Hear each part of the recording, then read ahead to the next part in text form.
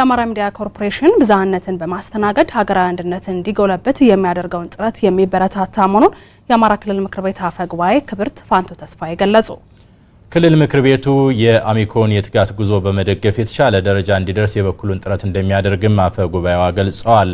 የአማራ ሚዲያ ኮርፖሬሽን በ2014 ዓ.ም ትጉህና ታታሪ ሆነው ለህብረተሰብ ለውጥ በመትጋት ጉዞ ጉልህ አስተዋጽኦ የነበራቸውን ባለሙያዎች ምስጋናና እውቅና ሰጥቷል። አዲሱ ዳዊት በጉዳዩ ላይ ተጨማሪ ዘገባ አጠናቅሯል። የአማራ ሚዲያ ኮርፖሬሽን በተለያዩ የመገናኛ አውታሮች በ10 የሀገር ውስጥና የውጭ ቋንቋዎች የመረጃ ምንጭ በመሆን ለህብረተሰብ ለውጥ እየተጋ ቀጥሏል። በተቋሙ የ2014 ዓ.ም የትጋት ጉዞ ውስጥ የተሻለ አፈጻጸም የነበራቸው ባለሙያዎች የእውቅናና የምስጋና ፕሮግራም ተካሂዷል።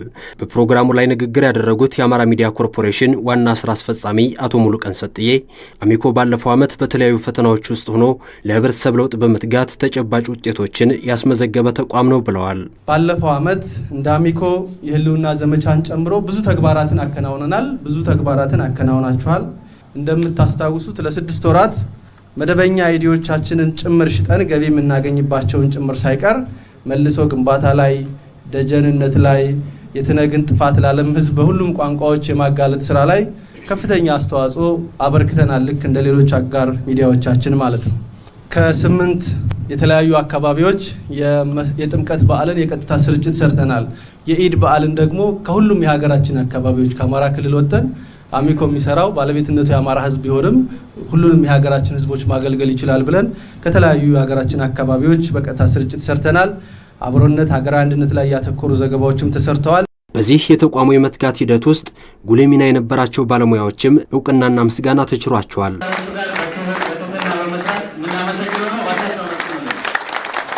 ባለሙያዎችም የተሰጠነ እውቅና ለተሻለ አገልግሎት የሚያነሳሳን ሁነት ነው ብለዋል። ራሴንም የፈተሽኩበት ዓመት ነበረ 2014። ለህዝብም ያስፈልጋል ብዬ ያሰብኩትን ነገር በተሰጠኝ ኃላፊነት ላይ ሆኜ ስራዎችን አከናውኛለሁና ይሄ ለኔ ትልቅ ሽልማት ነው፣ ትልቅ እውቅና ነው።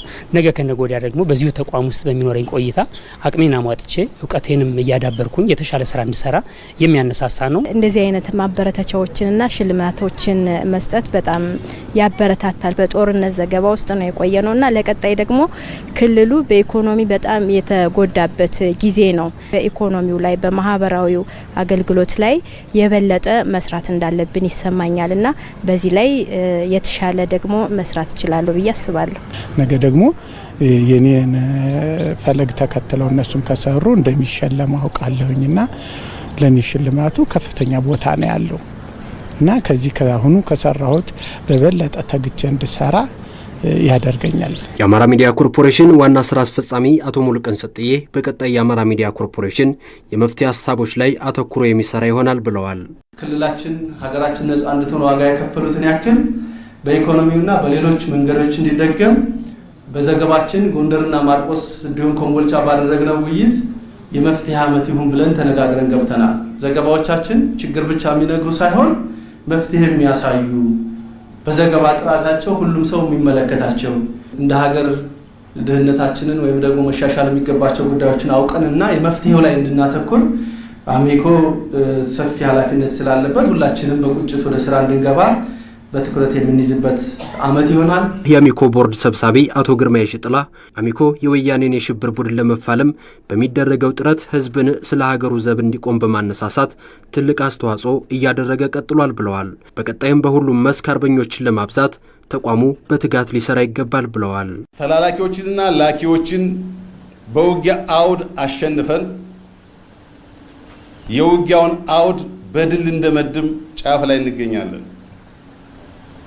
ነገር ግን ጦርነቱ በውጊያ ብቻ የሚጠቃለል አይደለም። ጉልበት ያለው ለሁሉም ነገር አጋፋሪ የሆነው ዋንኛውን የኢኮኖሚ ለውጥ መስራት አለብን። በተግባር ያሉንን ጸጋዎች አልምተን እንድንጠቀም በልማቱ መስክ የሚዲያ አርበኞች በውል ያስፈልጉናል። ብርቱ ሆናችሁ እንድትሰሩ አደራ እንላለን። የአማራ ክልል ምክር ቤት ዋና አፈ ጉባኤ ክብርት ወይዘሮ ፋንቱ ተስፋዬ የአማራ ሚዲያ ኮርፖሬሽን ብዝሃነትን በማስተናገድ ሀገራዊ አንድነትን ለማጠናከር የሚያደርገው ጥረት በተምሳሌትነት የሚያስጠቅሰው ነው ብለዋል። በቀጣይም ተቋሙ ከዚህ የተሻሉ ተግባራት እንዲከውን የክልል ምክር ቤቱ ሁሉ አቀፍ ድጋፉን ያስቀጥላል ብለዋል። አሚኮ የህዝብ ነው። አሚኮ የሁላችን ነው።